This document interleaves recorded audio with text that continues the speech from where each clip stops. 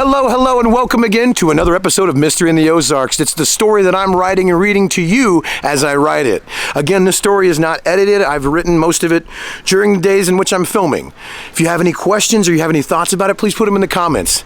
Enjoy! Oh, and really quick, today's video has a sponsor. It's bookboomalive.com. They handle all sorts of editing, book coaching, writing coaching, anything you can think of to do with the writing or author industry. They'll help you out. Go check them out. It's bookboomalive.com. And if you have any questions at all, feel free to send me a message. I'll help you out.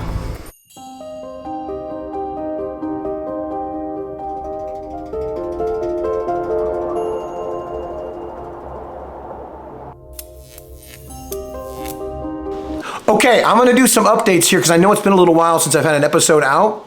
If you haven't read or haven't watched the previous episodes and don't want any spoilers, please stop here and go back to episode 1. They're all listed there in order. Okay, everybody's gone. You can't get mad. So, right now, you have a story of which you have 3 kids from Charleston, Arkansas, who have made their way up to the Mulberry Mountain River Camp. And it's a place where their grandfather used to go and would talk about this treasure all the time that he had. Well, then come to find out, he has sent each of them 3 pieces after he passed away. One was a compass, one was a cipher, and one was his journal. Jake got the journal, Will got the compass, and Carol received the cipher. They each got a note stating, hey, I want you to go find this treasure with your cousins. Please don't tell your parents about it because they never liked my treasure hunting ways. Long story short, the kids start finding some things out. They find a wall where if they take the compass and the sunlight from the compass hits the wall, it's at Phipps Waterfall. There are some symbols there, but while they're there, 2 people showed up and caught them in the middle of looking at this. However, the kids don't know that these 2 people are Trent and Linda, who are actually relatives of Hayden Phipps, and their grandfather left them a journal as well to help them find this treasure. Come to find out, the kids come back home from there, right? They get back to their house, they go to have a fish fry with their family who's been out fishing that morning, and their parents are all there. Well then, as they're frying, Linda and Trent walk along, and Angie and Mike are Jake's mom and dad, Sally and Jim are Will's mom and dad, and Peggy is Carol's mom. Side note, Peggy's husband passed away in a really tragic accident. Anyways, when Trent and Linda walk along by their house, Angie recognizes them. They're old friends from high school. So Trent and Linda come in and they start to talk to the group and they start to tell a story about their grandpa's journal and how Hayden Phipps made the cabin that they're staying in and how Hayden Phipps was Jesse James's right-hand man. They also allude to a falling out that the 2 had, but they never really clear it up. So now, by the end of the conversation, a storm started rolling in very quickly. Lightning started crashing, and so the party decided to move inside to the cabin. At that moment, Linda and Trent decided to head back to their cabin. So now we're picking up where the family has moved, has again, hidden in the cabin and taken all their food and gone inside. I know that was a little bit of but I'm so excited, so enjoy! Chapter 12, headed back to the falls. Hey Mom, the rain stopped. Can Carol and Will and I go do some more geocaching? We'll make sure we get back by dark, I promise. Jake's voice was filled with persuasion and excitement to get back out to the falls. Yeah Mom, can we? Carol chimed in as well. All 3 families had piled into one cabin when the storms hit a few hours prior on the rainy Saturday afternoon. They had eaten lunch and the adults had gotten into a pretty serious poker game. Will, Carol, and Jake had been dying to talk about everything that had taken place earlier that day, but with their parents basically hearing everything they say, they couldn't risk talking about it here.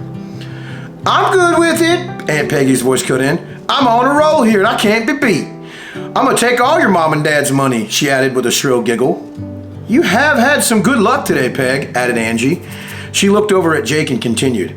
I'm good with you going, as long as you do get back by dark. It's what, around 3 o'clock? She said as she looked over at the old clock on the wall. So that gives y'all about 2 or 3 hours. Sound good to everyone? She asked as she looked around at the adults as well.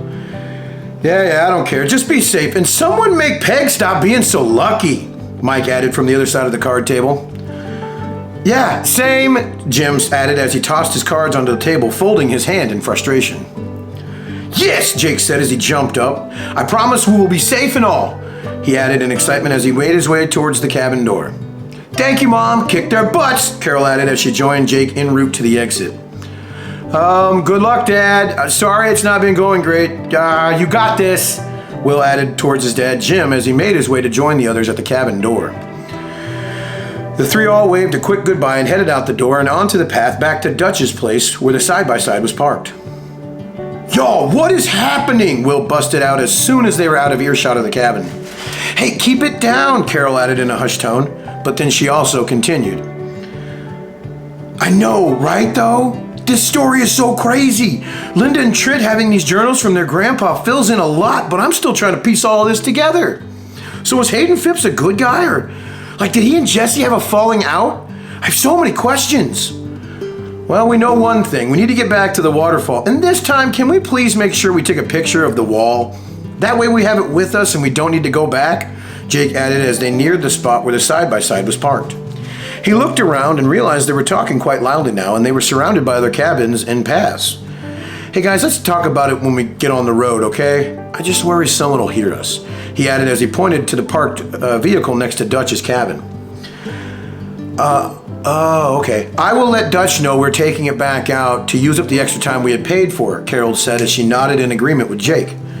Will nodded as well in silent agreement that they would stop talks about the treasure until they were on the way to the falls. Carol headed to the front door to knock and confirmed with Dutch it was good that they took the side-by-side. The two boys made their way over to the vehicle. Thank you, Dutch, Carol's voice rang from the cabin porch as she made her way back over to them. Yep, we're all good to go. Let's see what that wall says, she said excitedly as she hopped into the passenger seat and tossed Jake the keys. Jake hopped in the driver's seat and Will jumped in the back.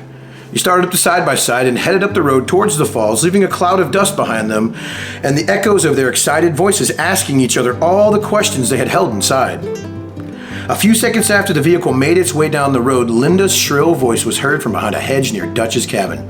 I knew it! Those brats know about the treasure! Trent and Linda had been on the way to do the same thing now that the weather had stopped. They were on the path to their own cabin and overheard the three excited treasure hunters. We need to get to the falls and see whatever it is they're so excited about, Trent added with a small sneer. Yes, I don't know what all they know about this treasure, but it surely can't be more than we do. Our family's been chasing this for over 3 generations. Some stupid kids are not going to get in our way, Linda snapped. Let's get our side-by-side and get up there. But this time we stop short of the waterfall and park it and walk up so they can't hear us coming, she added as if it was the most brilliant plan ever concocted. Trent smiled and agreed. Well, don't just stand there. Go get the keys, Linda snapped at him. Oh, yes, ma'am, sorry, Trent added as he ran up to Duchess to grab the keys to their vehicle. After a few minutes, he came back with the keys smiling and said, okay, let's go. They made their way over to the vehicle the keys matched, started it, and headed down the roads to the falls. Chapter 13. The message is decoded. I still can't believe all of this is real, Carol's voice rang out around the waterfall as Jake held up the compass and the last bit of sunlight left in the afternoon sky. The light redirected from the compass and bathed the wall, and the symbols once again illuminated themselves. Will quickly pulled out his phone and snapped a quick picture and said, just in case, right? Carol and Jake both agreed, and Carol added, might as well take a picture of the cipher too, just in case. She took out the piece of paper with the cipher on it, laid it flat on a stone, and took a picture with her phone. Okay, well now let's see if we can figure out what the message is, she added as she picked up the paper and began to make her way around the symbols, writing down the letters on the paper as she deciphered them. Okay, so there are a total of 16 symbols, and there are 12 in the first row and 4 in a row below it. She drew blank spaces on the paper to match the spots where the symbols were. Okay, the first symbol is a C. Okay, and the next is an O. She began excitedly writing down the letters getting quicker and quicker at deciphering them with each one. And the last letter in the first line is N. Constitution! It says Constitution! She yelled with excitement. Huh? What could that mean? Asked Will, a bit confused by the word. I don't know, Carol added with her as her excitement faded into confusion as well. Okay, well let's check the second word, then we can start trying to figure out what it means, added Jake.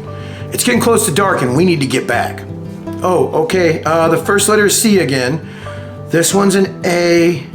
That one's V and then E. It's cave. It says Constitution Cave.